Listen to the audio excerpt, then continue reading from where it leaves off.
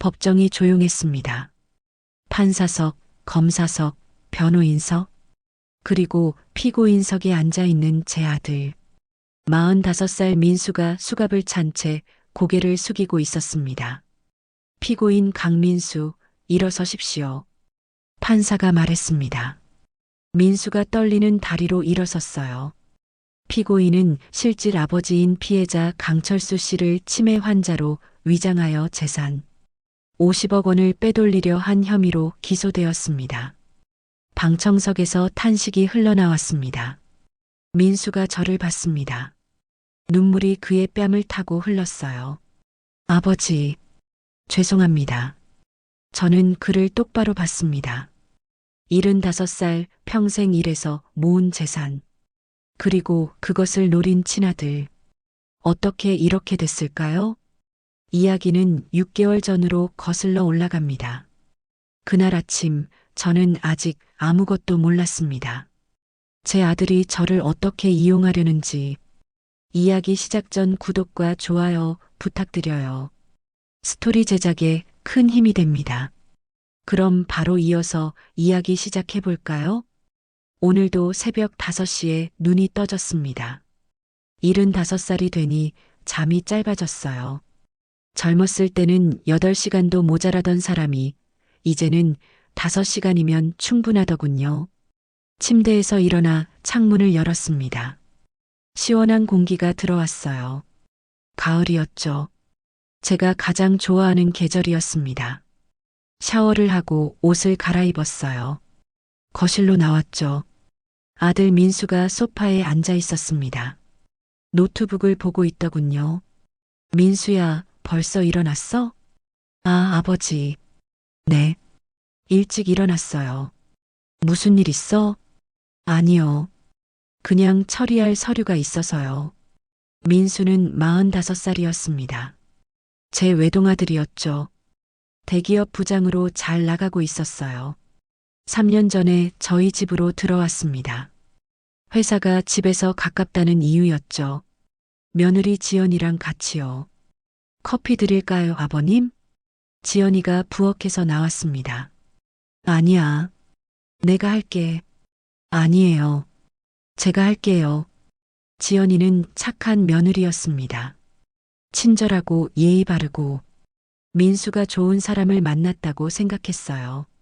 커피를 마시며 신문을 봤습니다. 요즘도 종이 신문을 보는 사람이 별로 없다던데 저는 습관이 안 바뀌더군요. 아버지, 오늘 시간 있으세요? 민수가 물었습니다. 시간? 뭐 하게? 병원 좀 가보려고요. 병원? 어디 아픈 데 있어? 아니요. 건강검진이요. 정기검진 받으신 지 오래됐잖아요. 맞았습니다. 작년에 받았으니까 1년이 됐네요. 그래, 알았어. 몇 시에? 10시요. 제가 모시고 갈게요. 괜찮아. 혼자 갈 수 있는데. 아니에요. 제가 같이 가야죠. 효자였습니다. 정말 효자였어요. 요즘 같은 세상에 이렇게 부모 걱정하는 아들이 어디 있겠어요. 9시 반에 집을 나섰습니다. 민수가 운전을 했어요. 아버지, 요즘 몸 상태는 어떠세요? 좋지. 아주 좋아. 머리는요?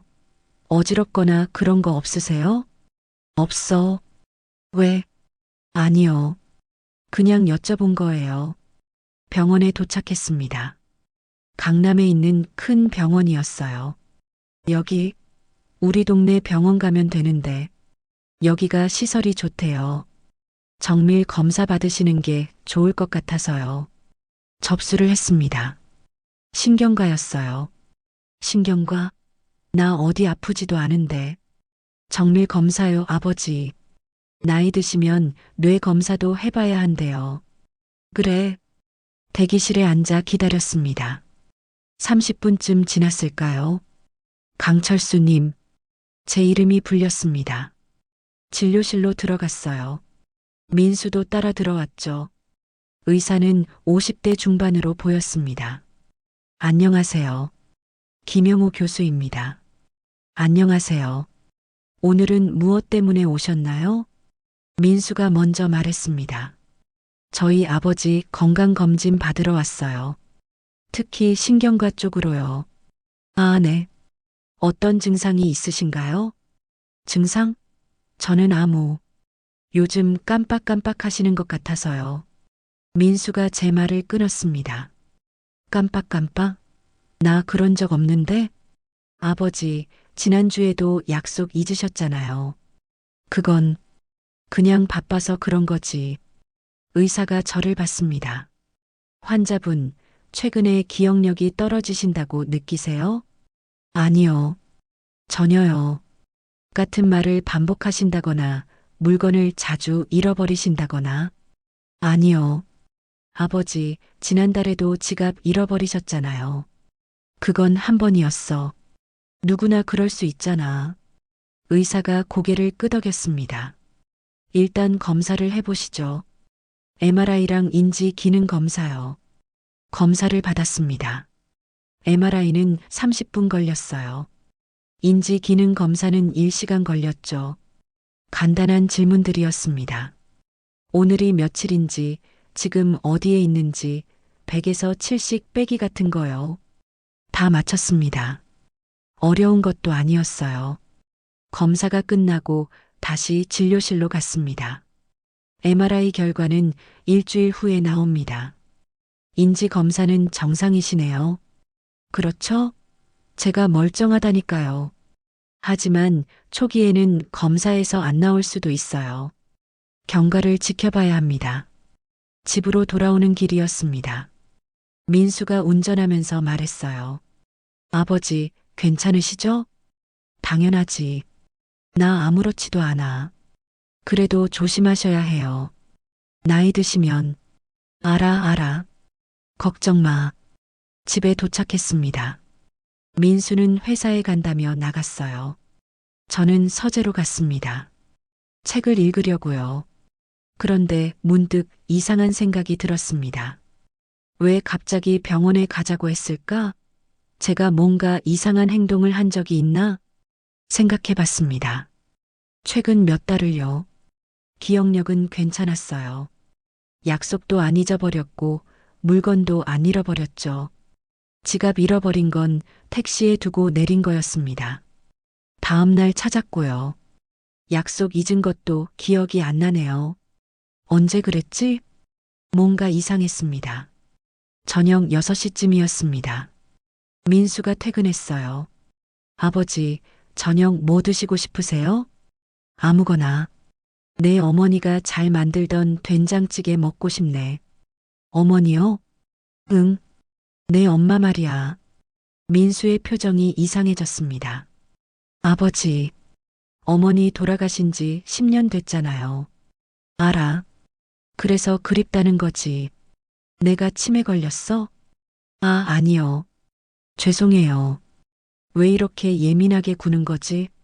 저녁을 먹고 TV를 봤습니다. 뉴스였어요. 민수와 지연이가 부엌에서 이야기하는 소리가 들렸습니다. 작게 속삭이는 목소리였죠. TV 소리를 줄였습니다. 귀를 기울였어요. 오늘 병원 어땠어? 지연이의 목소리였습니다. 잘 됐어. 김 교수가 협조적이야.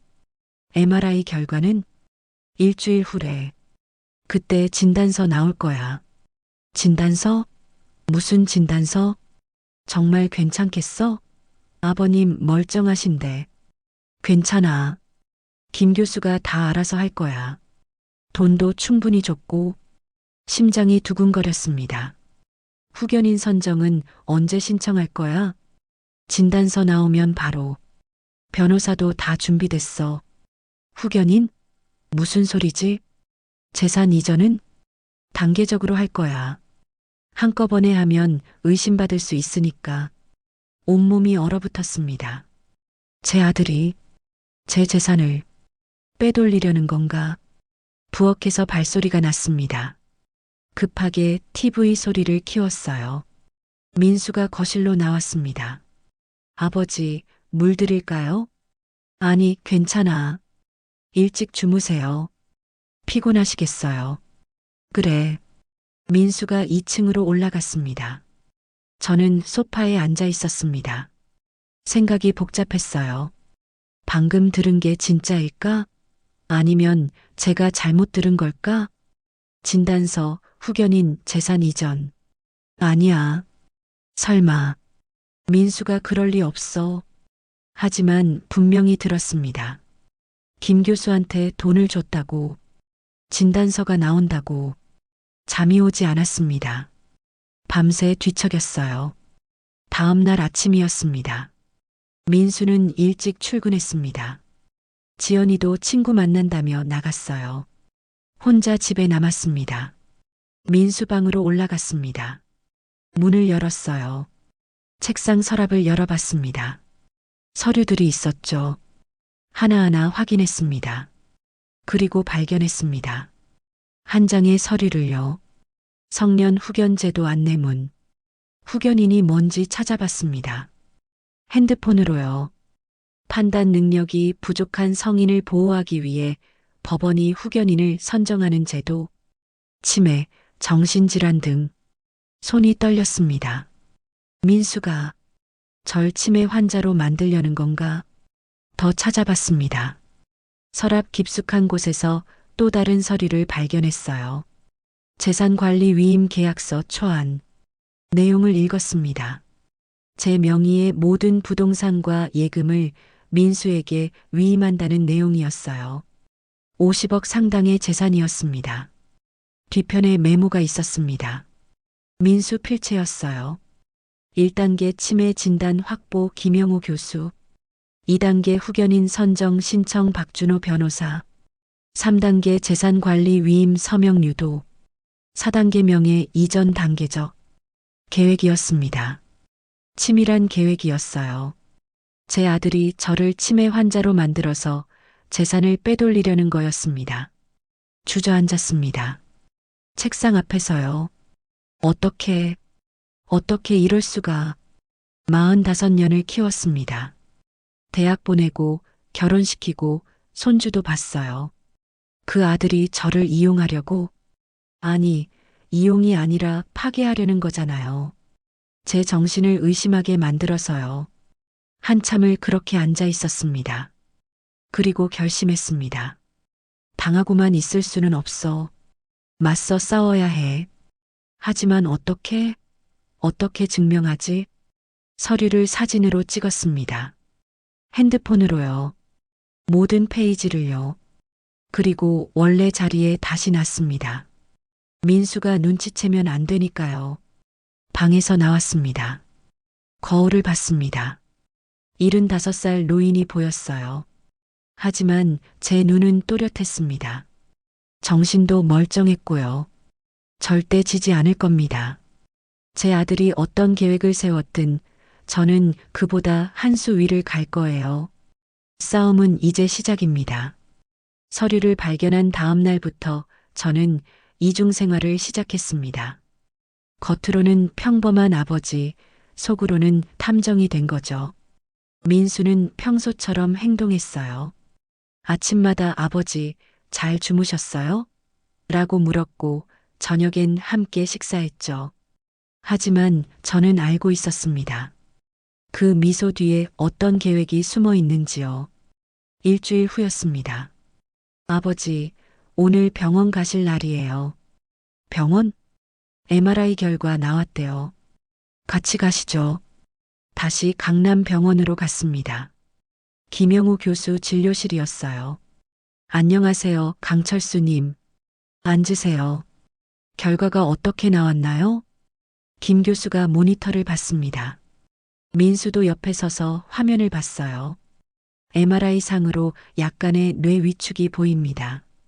뇌 위축이요? 네. 나이에 비해 조금 진행된 편이고요. 해마 부분이 특히 그렇습니다. 그게 뭔 뜻입니까? 초기 치매 가능성이 있습니다. 심장이 쿵 내려앉았어요. 하지만 침착하게 물었습니다. 가능성이요? 확실한 건 아니고요. 현재로선 경도 인지장애 단계로 보입니다. 하지만 방치하면 치매로 진행될 수 있어요. 거짓말이었습니다. 저는 멀쩡했거든요. 치료는 어떻게 하나요? 약물 치료를 시작하시고 정기적으로 경과를 봐야 합니다. 그리고 김 교수가 민수를 봤어요. 보호자분이 환자분의 재산 관리나 중요한 결정을 도와주시는 게 좋겠습니다. 진단서를 써주실 수 있나요? 민수가 물었습니다. 네. 필요하시면 작성해드리죠. 바로 그 자리에서 진단서를 써줬어요. 컴퓨터로 타이핑하더니 프린트했습니다. 경도인지 장애, 향후 치매로 진행 가능성 높음, 재산 관리 능력 제한적, 이런 내용이었어요. 거짓 진단서였습니다. 돈을 받고 써준 거죠. 감사합니다, 교수님. 민수가 진단서를 받아들었어요. 만족스러운 표정이었습니다. 집으로 돌아오는 길이었어요. 아버지, 걱정 마세요. 제가 다 도와드릴게요. 고맙구나. 그리고 말이에요, 아버지. 요즘 재산 관리가 복잡하시죠? 아니, 괜찮은데. 제가 좀 도와드릴까요? 서류 정리나 그런 거요. 아직은 괜찮아. 아버지, 병원에서도 그러잖아요. 도움이 필요하시다고. 생각해 볼게. 민수가 조급해하는 게 느껴졌어요. 그날 저녁 또 부엌에서 속삭이는 소리가 들렸습니다. 진단서 받았어. 정말? 보여줘. 여기. 완벽해. 이걸로 후견인 신청할 수 있어. 변호사한테 언제 가? 내일. 박 변호사 사무실에서 만나기로 했어. 저는 결심했습니다. 따라가야겠다고. 다음 날 아침이었어요. 아버지, 저 오늘 회사 일찍 나가야 해서요. 그래, 다녀와. 민수가 출근했습니다. 하지만 회사로 가지 않았어요. 저는 택시를 탔습니다. 민수 차를 따라갔죠. 기사님, 저 앞에 가는 흰색 소나타 따라가 주세요. 네. 무슨 일이세요? 급한 일이 있어서요. 민수는 강남역 근처 빌딩으로 들어갔습니다. 법무법인이 있는 건물이었어요. 저도 따라 들어갔습니다. 엘리베이터를 탔죠. 15층에서 내렸어요. 복도를 조심스럽게 걸었습니다. 박준호 법무법인. 간판이 보였어요. 민수가 안으로 들어가는 게 보였죠. 저는 복도 구석에 숨어서 기다렸습니다. 30분쯤 지났을까요? 민수가 나왔어요. 지연이도 함께였습니다. 잘 됐어. 박 변호사가 다음 주에 법원 신청한대. 후견인으로 당신이 선정되는 거 확실해? 당연하지. 외동아들이고 진단서도 있고 100%야. 재산 이전은 언제부터? 후견인 선정되면 바로. 일단 예금부터 시작할 거야. 50억이면 우리가 절반씩? 당연하지. 25억씩. 두 사람이 엘리베이터를 탔습니다. 저는 계단으로 내려갔어요. 밖으로 나왔죠. 택시를 잡았습니다. 어디로 모실까요? 주소를 하나 댔습니다. 법무법인 주소였어요. 하지만 다른 곳이었죠. 이한결 법무법인. 제가 예전부터 알던 변호사였습니다. 믿을 수 있는 사람이었어요. 철수 형님, 오랜만이십니다. 한결이 급한 일이 생겨서 그래. 사무실에 앉았습니다. 모든 걸 이야기했어요. 서류 사진도 보여줬죠. 이 변호사는 심각한 표정이 됐습니다. 이건 명백한 사기입니다. 허위 진단서 작성, 후견인 제도 악용, 재산 횡령 미수. 막을 수 있어? 물론입니다. 하지만 증거가 더 필요합니다. 어떤 증거? 실제 범행이 이루어지는 장면, 녹음이나 영상이요. 그럼 후견인 신청이 받아들여질 때까지 기다려야 한다는 거야? 아니요. 그 전에 형님께서 정신감정을 받으시는 게 좋겠습니다. 공신력 있는 병원에서요. 정신감정? 네. 형님이 멀쩡하시다는 걸 입증하는 겁니다. 그럼 허위 진단서가 드러나죠. 알았어. 어디로 가면 돼? 서울대병원 신경과로 가세요. 제가 아는 교수님께 미리 연락드리겠습니다. 이틀 후 서울대병원에 갔습니다. 혼자서요. 정밀 검사를 받았어요. MRI, 인지 기능 검사, 심리 평가까지. 사흘 후 결과가 나왔습니다. 강철수님, 검사 결과 뇌 기능은 정상입니다. 정상이요? 네. 나이에 비해 오히려 우수한 편입니다. 인지 기능도 문제 없고요. 뇌 위축은요?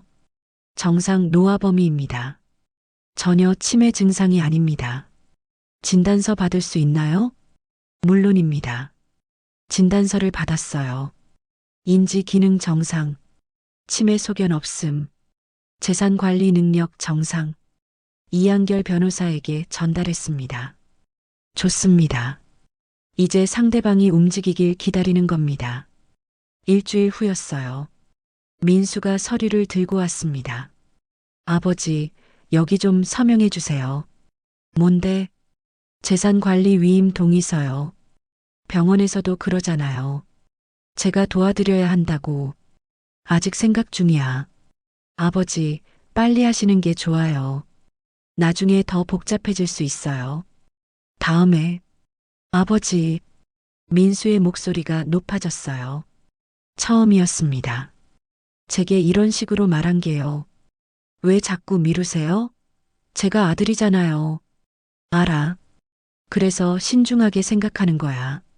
민수가 입술을 깨물었습니다. 참는 거였죠. 일주일 드릴게요. 일주일 안에 결정하세요. 그날 밤이었어요. 손녀 지은이가 왔습니다. 20살 대학생이었죠. 할아버지, 오, 우리 지은이. 어쩐 일이야? 할아버지 보고 싶어서요. 요즘 통 연락이 없으시길래 거실에서 이야기를 나눴어요. 민수와 지연은 2층에 있었죠. 할아버지, 근데 아빠가 요즘 이상해요. 이상해? 어떻게? 자꾸 할아버지 얘기를 해요. 치매 걸리신 것 같다고. 그래. 근데 할아버지 멀쩡하신데요? 전화할 때도 정상이셨고. 지은아, 할아버지가 물어볼 게 있어. 네. 내 아빠가 요즘 뭔가 이상한 행동 안 했어? 지은이가 고개를 갸우뚱했어요. 있긴 한데요. 지난주에 부동산 등기부등본 같은 거 프린트 하시더라고요. 엄청 많이요. 등기부등본? 네. 그리고 엄마랑 돈 이야기 많이 하시고 50억이 어쩌고 심장이 두근거렸습니다. 지은아, 할아버지 부탁이 있어. 네, 할아버지. 내 아빠 행동 좀 지켜봐 줄래? 이상한 거 있으면 할아버지한테 알려주고. 무슨 일 있으세요? 아니야. 그냥 할아버지가 확인하고 싶은 게 있어서. 지은이가 걱정스러운 눈으로 저를 봤어요. 할아버지, 건강하시죠? 물론이지. 할아버지 아주 멀쩡해. 그날 밤 이한결 변호사한테 전화했습니다. 한결이, 이제 준비해야 할 것 같아. 무슨 준비요? 반격 준비. 함정은 이미 쳐졌습니다. 이제 저도 제 함정을 칠 차례였어요. 일주일이 지났습니다. 민수가 다시 서류를 들고 왔어요. 아버지, 결정하셨어요? 아직이야. 아버지, 일주일 드렸잖아요. 조금만 더 생각할게. 민수의 얼굴이 붉어졌습니다. 화가 난 거였죠. 왜 이러세요? 제가 아들이잖아요. 날 못 믿으세요? 그게 아니라. 그럼 뭔데요? 병원에서도 도움이 필요하다고 했잖아요. 민수야, 진정해. 진정이 돼요? 아버지가 자꾸 이러시면 제가 어떡해요. 처음 보는 모습이었습니다. 민수가 이렇게 감정적으로 구는 건요. 법원에 신청할 거예요. 법원? 후견인 선정 신청이요. 아버지가 동의 안 하시면 어쩔 수 없어요. 후견인? 네. 아버지 상태로는 혼자 재산 관리 못 하시잖아요. 법원에서 정해주는 거예요. 나 멀쩡한데 무슨 소리야? 멀쩡하세요? 병원에서 진단서 받으셨잖아요. 민수가 가방에서 서류를 꺼냈어요. 김영우 교수가 써준 진단서였죠. 여기 봐요. 경도인지장애, 재산관리 능력 제한적. 의사가 쓴 거예요. 그건, 그러니까 제가 도와드려야 한다고요. 민수가 나갔습니다. 문을 쾅 닫으며요. 지연이가 조용히 다가왔어요. 아버님, 민수가 화가 많이 났네요. 이해해 주세요. 지연아, 저희도 아버님 걱정돼서 그래요. 정말로요. 거짓말이었습니다. 다 알고 있었거든요. 이틀 후였어요. 등기 우편이 왔습니다. 법원에서요. 성년 의견 개시 심판 청구서. 민수가 정말로 신청한 거였어요. 저를 피의견인으로요. 서류를 읽었습니다. 김영우 교수 진단서가 첨부되어 있었죠. 피청구인은 경도인지장애로 재산관리 능력이 제한적임. 후견인 선정이 필요함. 열흘 후 법원 조사관이 온다고 했어요. 이한결 변호사에게 전화했습니다. 한결이 법원 서류 왔어. 예상했던 대로네요. 형님, 준비하셨죠? 응. 서울대병원 진단서 있어. 좋습니다. 조사관 오시면 그거 보여드리세요. 그리고 제가 동석하겠습니다. 고마워. 그리고 형님, 녹음기 샀어요? 응. 항상 가지고 다녀. 좋습니다. 민수 씨와 대화할 때마다 녹음하세요. 증거가 필요합니다. 그날부터 저는 녹음기를 항상 주머니에 넣고 다녔어요. 민수와 대화할 때마다 켰죠. 사흘 후였습니다. 손녀 지은이가 급하게 전화했어요.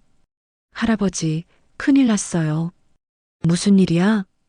아빠가 할아버지 부동산 등기부등본 떼셨어요. 전부 다요. 언제? 오늘 아침에요. 저한테 심부름 시키셨거든요. 등기소 가서 등기부등본 떼오라고. 5군데나 돼요. 어떤 곳들이야? 강남 아파트, 분당 빌라, 용인 땅, 판교 상가, 제주도 펜션이요. 제 재산 목록이었습니다. 전부 다요. 그리고요, 할아버지. 엄마가 은행 가셨어요. 은행? 네. 할아버지 통장이랑 도장 가지고요. 뭐? 제가 물어봤더니 잔액 확인하러 간대요. 근데 이상한 게 할아버지 인감도장도 가져가셨어요. 심장이 두근거렸습니다. 지은아, 어느 은행이야? 신한은행 강남지점이요. 전화를 끊고 바로 그 은행으로 달려갔어요. 창구에 갔습니다. 제 계좌 조회 좀 해주세요. 계좌번호를 댔죠. 고객님, 오늘 오전에 이미 조회하셨는데요. 제가요? 아, 따님께서 오셨어요. 위임장 가지고요. 위임장이요? 네. 고객님 도장 찍힌 위임장이요. 지금 제 계좌 어떻게 됐어요? 잔액은 15억 3천만 원입니다. 다른 건요? 거래 내역이요? 최근 거래는 없으시고요. 아, 오늘 예금 인출 신청서 작성하셨네요. 예금 인출요? 네. 하지만 아직 처리 안 됐어요. 고액이라 지점장 결제가 필요해서요. 얼마요? 10억입니다. 머리가 멍했습니다. 그거 취소해 주세요. 네. 하지만 고객님 도장이 위조예요. 제가 위임한 적 없어요. 고객님, 이건 심각한 문제인데요. 경찰에. 네. 신고할게요. 일단 그 인출 신청 취소해 주세요. 알겠습니다. 은행을 나와서 이한결 변호사에게 전화했습니다. 한결이 지연이가 내 은행 가서 10억 인출하려 했어. 뭐라고요? 위임장 위조해서요. 내 도장 찍은 거라고 했대. 형님, 그거 명백한 범죄예요. 바로 고소하세요. 아직이야. 증거를 더 모아야 해. 형님, 위험해요. 빨리 막아야. 괜찮아. 내가 다 계획이 있어. 집으로 돌아왔습니다. 민수와 지연이가 거실에 있었어요. 아버지, 어디 갔다 오세요? 산책. 요즘 자주 나가시네요. 날씨 좋잖아. 지연이가 저를 힐끔 봤어요. 불안한 눈빛이었죠. 저녁을 먹고 있는데 민수가 말했습니다. 아버지, 다음 주에 법원 조사관 오신대요. 알아. 협조 잘해주세요. 당연하지. 그리고 아버지, 요즘 약 드세요? 무슨 약? 병원에서 처방해 준 거요. 치매약이요. 안 먹어. 왜요? 드셔야 하는데. 필요 없어. 나 멀쩡해. 민수가 한숨을 쉬었습니다. 아버지가 이러시니까 더 걱정이에요. 녹음기가 주머니에서 돌아가고 있었습니다. 모든 대화를 녹음하고 있었죠. 나흘 후 법원 조사관이 왔습니다. 50대 여성이었어요. 서류 가방을 들고 있었죠. 강철수 님이십니까? 네. 저는 서울가정법원 조사관 김미숙입니다. 이한결 변호사도 왔습니다. 저는 강철수 씨 대리인 이한결 변호사입니다. 민수가 놀란 표정이었어요. 아버지, 변호사를 왜? 내 권리야. 조사가 시작됐습니다. 강철수님, 오늘이 며칠입니까? 10월 25일입니다. 대통령이 누구십니까? 대답했어요. 다 마쳤습니다. 100에서 70 빼기, 단어 기억하기, 시계 그리기. 모든 테스트를 통과했죠.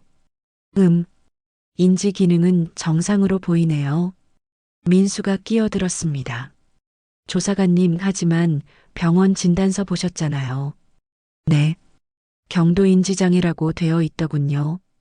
이한결 변호사가 서류를 꺼냈습니다. 조사관님, 이것 좀 봐주시겠습니까? 서울대병원 진단서였어요. 인지 기능 정상, 치매 소견 없음, 재산 관리 능력 정상. 조사관이 서류를 받아봤습니다. 이건 언제 발급받으신 거죠? 일주일 전입니다. 그럼 이 진단서와 조사관이 민수가 제출한 김영우 교수 진단서를 봤어요. 이 진단서가 다르네요. 네. 그래서 재검사를 받은 겁니다. 민수가 벌떡 일어났습니다. 이건 말도 안 돼요. 김 교수님이 직접 검사하신 건데. 민수 씨, 진정하세요. 조사관이 말했습니다. 일단 두 진단서가 상충하니 추가 검사가 필요하겠습니다.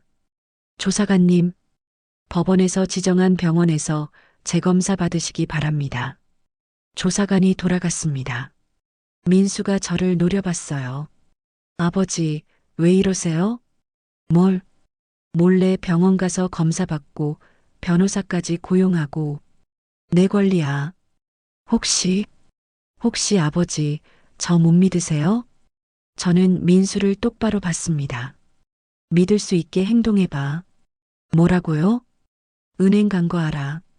10억 빼내려고 한 거. 민수의 얼굴이 하얗게 질렸습니다. 그건 위임장도 위조했지. 내 도장 훔쳐서. 아버지, 오해예요. 그냥 잔액 확인만. 거짓말 마. 다 알아. 지연이도 창백해졌어요. 아버님, 저희가 정말 아버님 위해서 50억 빼돌리는 게 날 위해서야? 방안이 조용해졌습니다. 민수가 입술을 깨물었어요. 증거 있어요? 뭐? 증거 있냐고요. 저희가 그랬다는 증거요. 저는 핸드폰을 꺼냈습니다. 다 녹음했어. 내가 김 교수한테 돈 준 것도, 변호사랑 짜고 한 것도, 재산 빼돌리려 한 것도. 민수의 눈이 커졌습니다. 그리고 서류 사진도 다 찍었어. 내 방에 있던 계획서. 아버지, 법정에서 보자. 거기서 끝내자. 민수가 주먹을 쥐었습니다. 떨리고 있었어요. 아버지가 이러실 줄 몰랐어요. 나도 내가 이럴 줄 몰랐어. 그날 밤 민수와 지연은 짐을 쌌습니다. 나갑니다. 그래.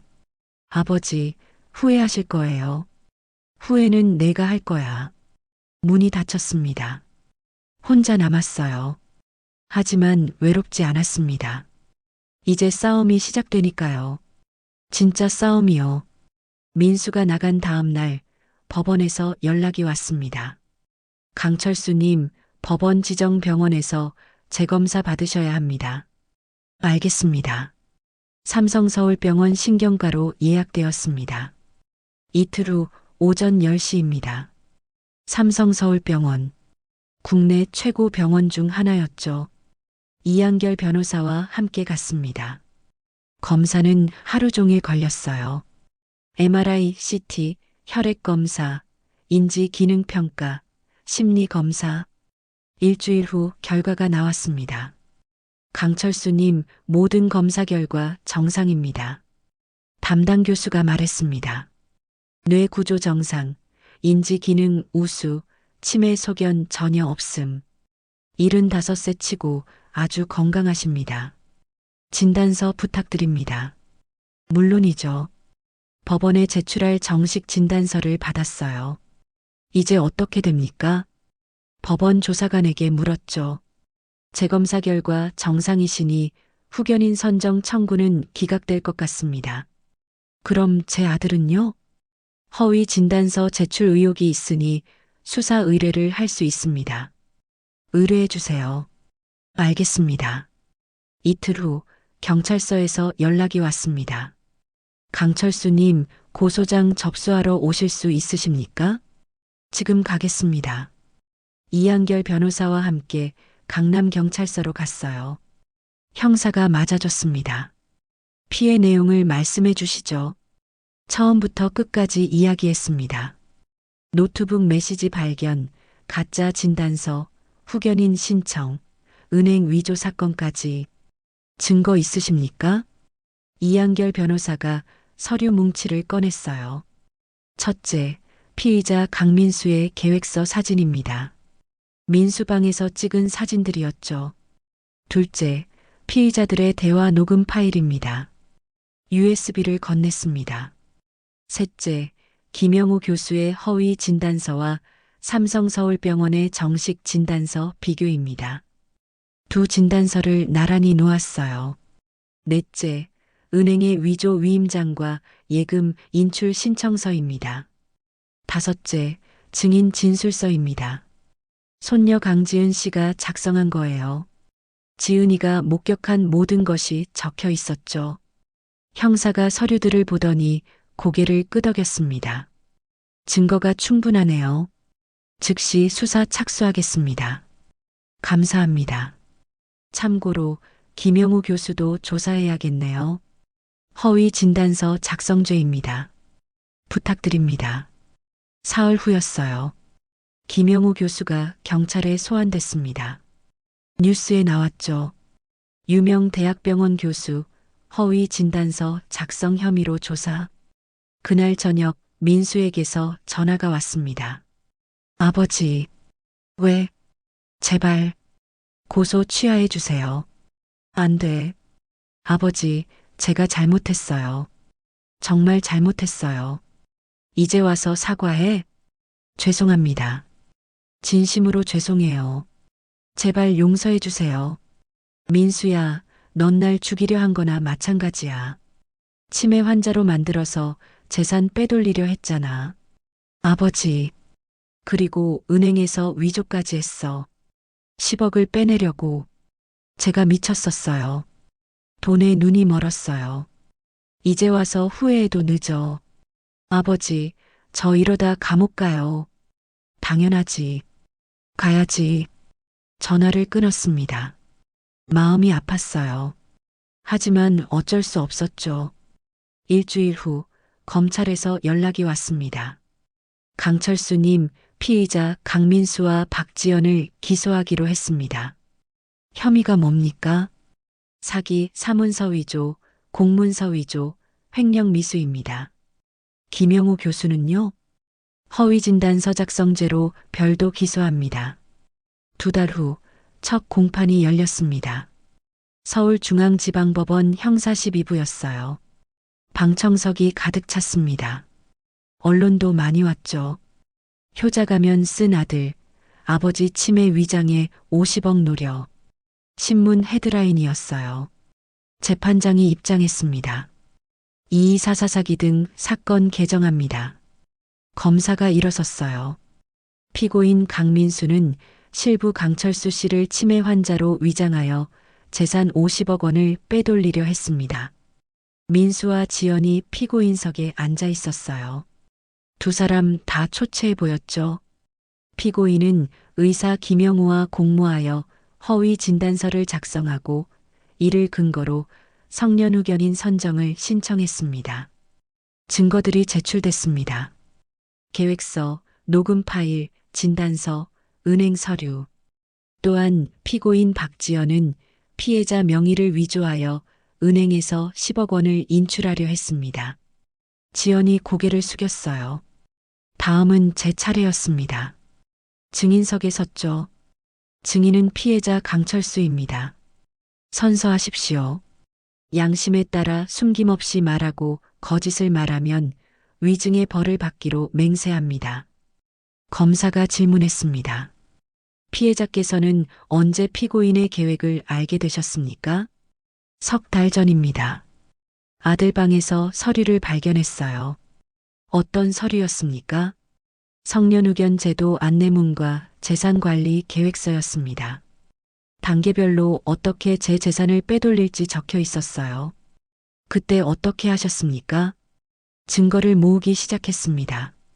사진도 찍고 녹음도 하고. 왜 바로 신고하지 않으셨습니까? 확실한 증거가 필요했습니다. 그리고 제 아들이니까요. 혹시 제가 오해한 건 아닐까 싶었어요. 하지만 오해가 아니었죠? 네. 은행에서 위조 사건을 겪고 나서 확신했습니다. 피고인을 용서할 생각이 있으십니까? 민수를 봤습니다. 눈물을 흘리고 있었어요. 없습니다. 45년을 키웠는데 저를 이용하려 했어요. 용서할 수 없습니다. 다음은 손녀 지은이 차례였어요. 증인은 피해자의 손녀 강지은입니다. 증인, 피고인은 당신의 아버지죠? 생물학적으로는 그렇습니다. 하지만 제 마음속에서는 아닙니다. 왜 그렇습니까? 할아버지를 배신했으니까요. 저한테 심부름 시키면서까지 재산을 빼돌리려 했어요. 지은이 목소리가 떨렸습니다. 제가 등기소 가서 등기부등본 떼왔어요. 5군데나요. 그게 할아버지 재산을 조사하는 거였어요. 아버지가 뭐라고 하셨나요? 할아버지가 치매에 걸리셨다고 했어요. 하지만 할아버지는 멀쩡하셨어요. 전화할 때도 만날 때도요. 그래서 어떻게 하셨습니까? 할아버지께 말씀드렸어요. 그리고 제가 본 모든 걸 진술서로 작성했습니다. 민수가 고개를 떨궜습니다. 다음은 김영우 교수였어요. 증인이 아니라 공범으로 출석했죠. 피고인 김영우, 허위 진단서를 작성한 게 맞습니까? 네, 맞습니다. 왜 그랬습니까? 강민수 씨가 돈을 줬습니다. 3천만 원이요. 방청석이 술렁였습니다. 실제로 환자를 진찰했습니까? 형식적으로만 했습니다.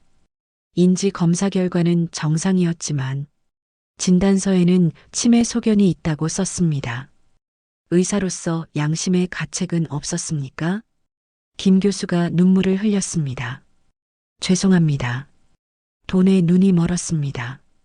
재판은 석 달간 계속됐습니다. 마지막 공판이었어요. 검사의 최종 의견이 있었습니다. 피고인 강민수에게 징역 5년을 구형합니다.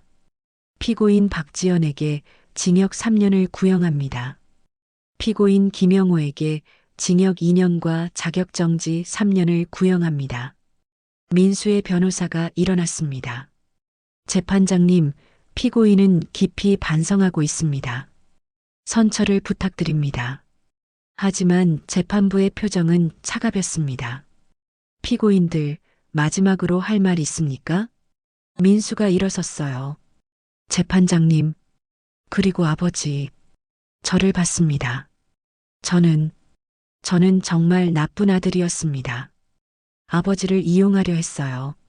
치매 환자로 만들어서 재산을 빼앗으려 했죠. 목소리가 떨렸습니다. 변명하지 않겠습니다. 제가 잘못했어요. 45년 동안 사랑으로 키워주신 아버지를 저는 배신했습니다. 눈물이 흘렀어요. 아버지, 죄송합니다. 정말, 정말 죄송합니다. 저는 아무 말도 하지 않았습니다. 일주일 후 판결이 나왔습니다. 피고인 강민수에게 징역 4년을 선고합니다.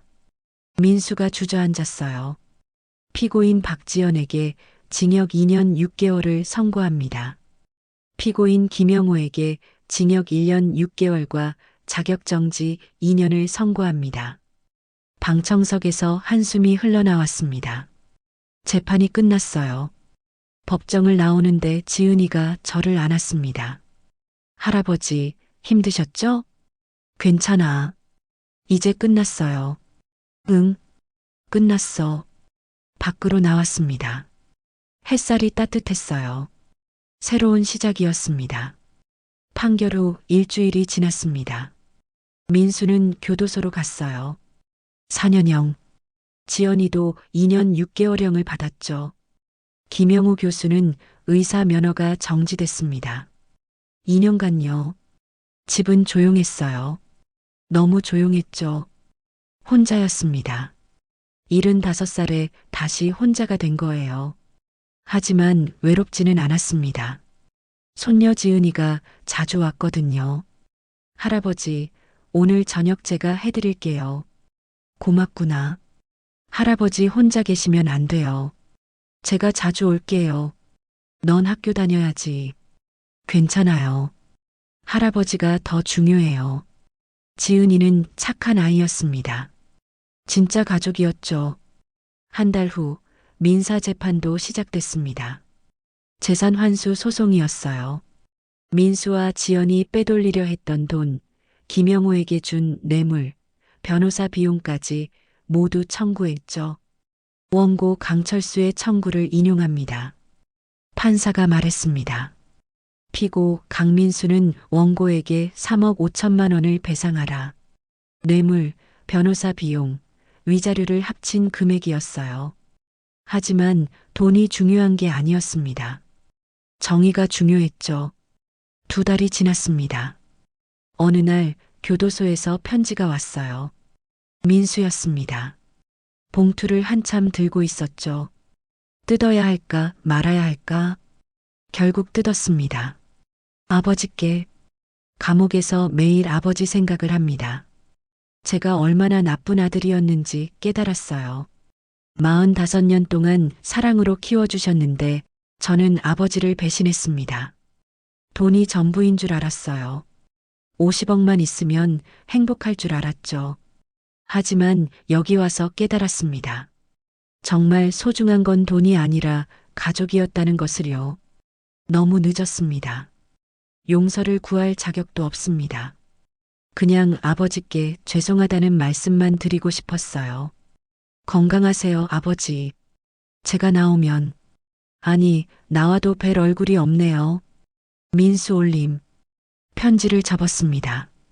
눈물이 났어요. 미워할 수만은 없었습니다. 그래도 제 아들이니까요. 하지만 용서할 수도 없었어요. 한 일이 너무 컸으니까요. 지은이가 들어왔습니다. 할아버지, 우시는 거예요? 아니야. 뭐 눈에 들어가서. 아빠 편지죠? 봤어요. 너도 편지 받았어? 네. 근데 답장 안 했어요. 왜? 아직 화가 풀리지 않아서요. 할아버지한테 그렇게 한 게요. 지은이가 제 손을 잡았습니다. 할아버지, 이제 우리끼리 살아요. 할아버지랑 저랑요. 고맙구나. 그리고 할아버지, 제 친구 소개해 드릴까요? 친구? 네. 대학교 교수님이세요. 70이신데 정말 멋지세요. 교수님? 네. 문학 교수님이요. 할아버지랑 나이도 비슷하시고, 책도 좋아하시고, 난 괜찮아. 할아버지, 혼자 사시면 안 돼요. 친구라도 있어야죠. 일주일 후, 지은이가 교수님을 데려왔어요. 71살 남자였습니다. 이름은 박영수 교수님이었죠. 반갑습니다. 박영수입니다. 강철수입니다. 지은이한테 많이 들었습니다. 힘든 일 겪으셨다면서요? 네. 좀 그랬죠. 대단하십니다.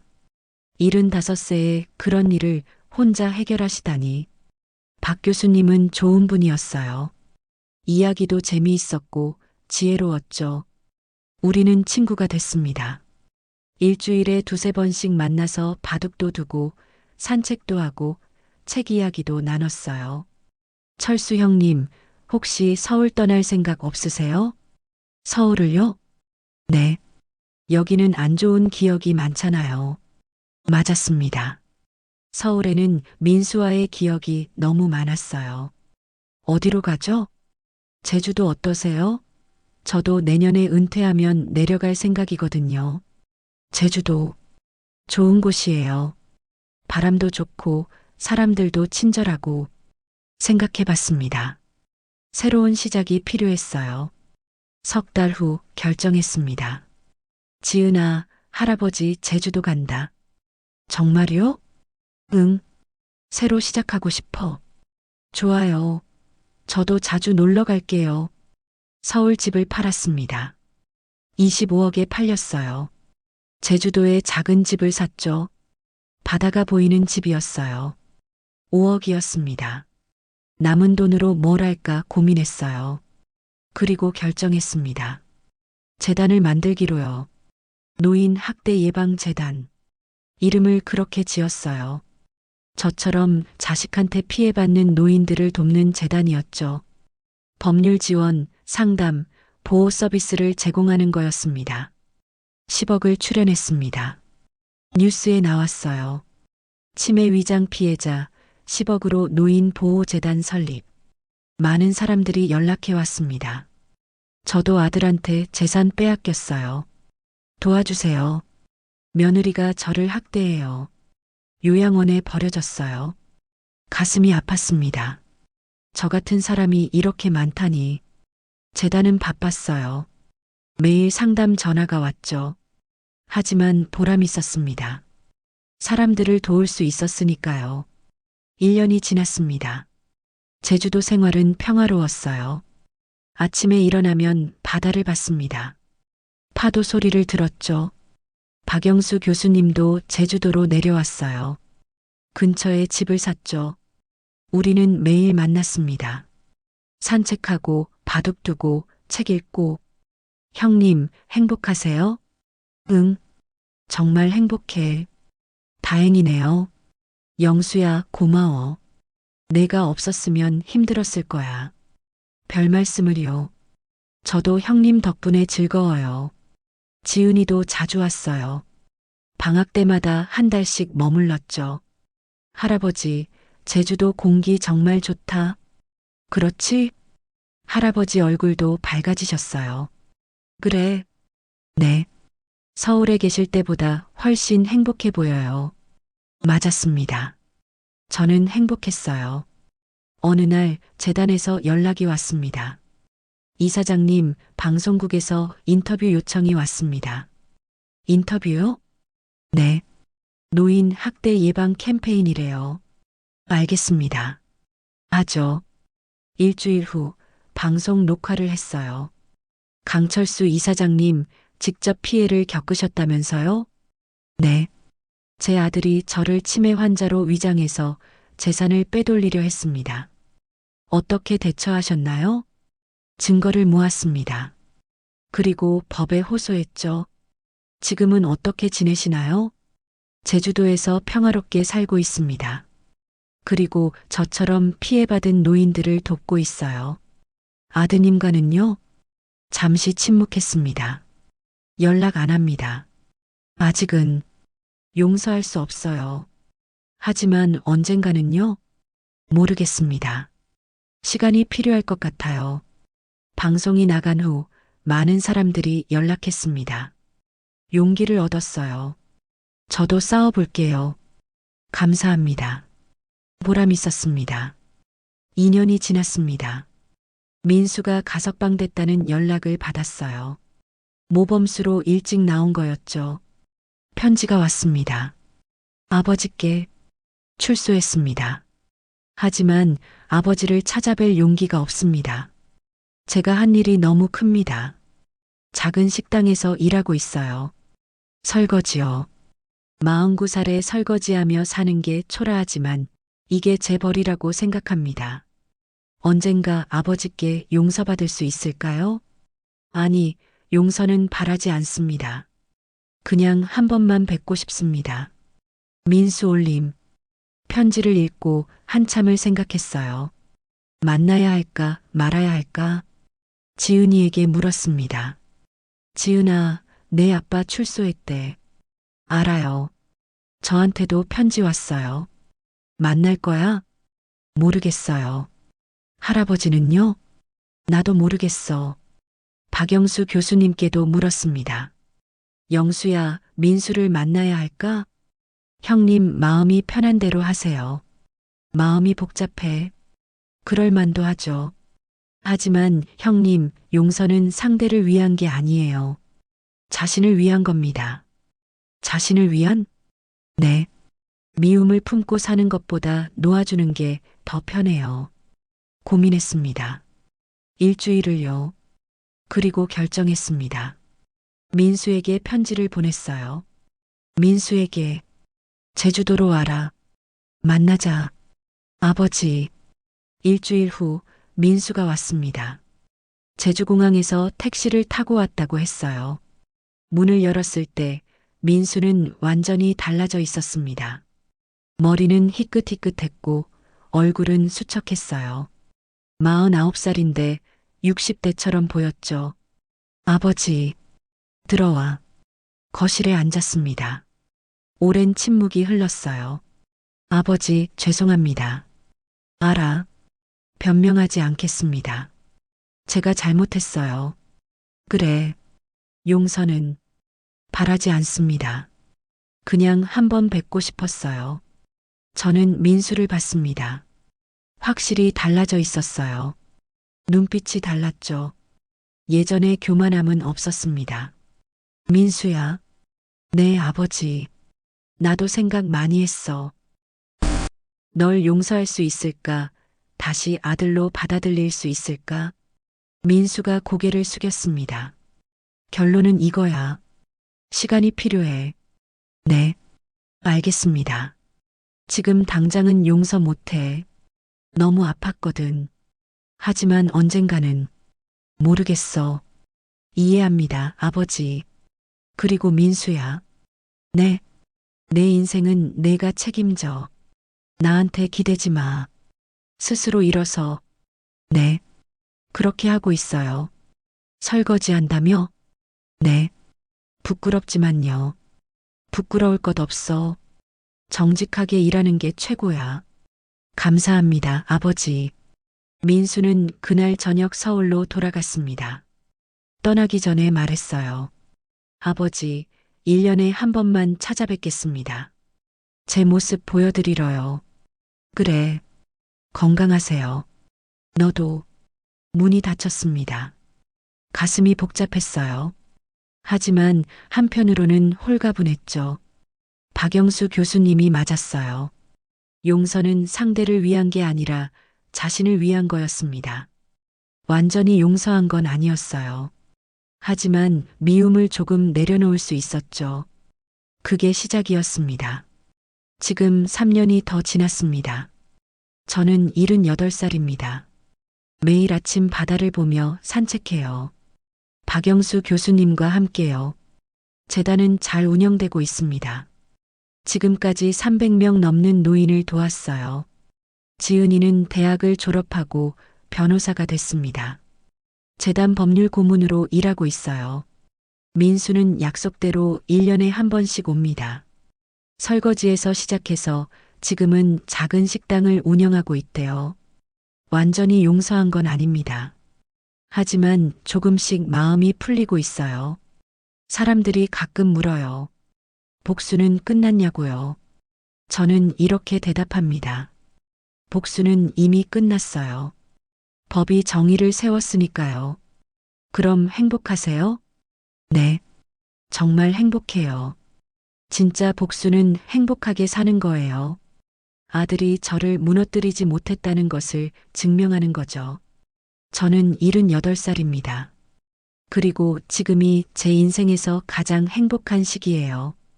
왜냐고요? 진정한 가족이 누군지 알게 됐으니까요. 손녀 지은이, 친구 영수 교수님, 정의가 무엇인지 깨달았으니까요. 법과 진실의 힘을요. 그리고 제가 생각보다 훨씬 강한 사람이라는 걸 알게 됐으니까요. 치매 위장의 함정은 끝났어요.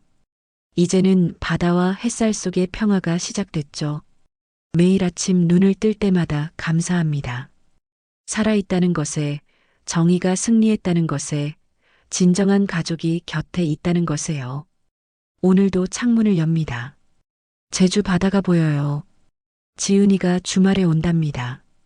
영수 교수님과 바둑 약속도 있고요. 평범한 일상입니다. 하지만 이 평범함이 얼마나 소중한지 알아요. 지옥을 겪어본 사람만이 아는 소중함이죠. 이것이 제 이야기입니다. 치매 위장 함정에서 살아남은 노인의 이야기, 아들의 배신을 이겨낸 아버지의 이야기, 그리고 진정한 정의와 행복을 찾은 사람의 이야기. 만약 지금 비슷한 고통을 겪고 있다면 이 말을 해주고 싶어요. 포기하지 마세요. 나이는 숫자일 뿐이에요. 75에도 80에도 싸울 수 있어요. 법은 당신 편입니다. 진실은 언제나 이깁니다. 그리고 진짜 가족은 피가 아니라 마음으로 연결된 사람들이에요. 저는 78살입니다. 그리고 제 인생의 가장 아름다운 챕터를 살고 있습니다. 두 번째가 아니라 세 번째 챕터. 아직 끝나지 않은 이야기. 그리고 앞으로도 계속될 행복한 이야기입니다. 여기까지 제 이야기를 들어주셔서 감사합니다. 긴 이야기였죠? 하지만 끝까지 함께 해주셔서 정말 고맙습니다.